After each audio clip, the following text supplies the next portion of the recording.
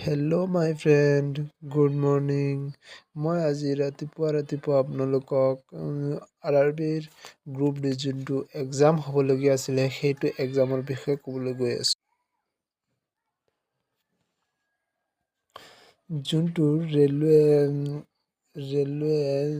Notice জাৰি কৰিছে সেইটোত দেখা গ'ল যে 17 নৱেম্বৰৰ পৰা এক্সাম হ'বলগীয়া, কিন্তু এতিয়ালৈকে যোনটো হাইকোৰ্ট কেছত আপডেট হৈছে সেইটোত আপোনালোকৰ হাইকোৰ্টে সম্পূৰ্ণ ডিপেণ্ড কৰিছে কেটৰ ওপৰত। হাইকোৰ্টে ৰায় দিছে কেটত।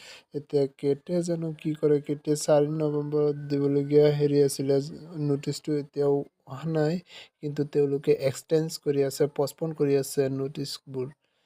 এতিয়া জানো কি হয়, আগন্তুক দিনত দেখা যাব কি হয়। লক্ষণীয় হ'ব আগন্তুক দিনবোৰ।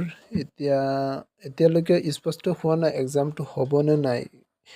এটা নিউজ হৈছে ভাইৰেল হৈছে, যোনটো 4 জানুৱাৰীৰ পৰা হ'বলগীয়া বুলি, কিন্তু এইটো ৰিয়েল না ফেক এইটো কোনেও এতিয়ালৈকে ক'ব পৰা নাই।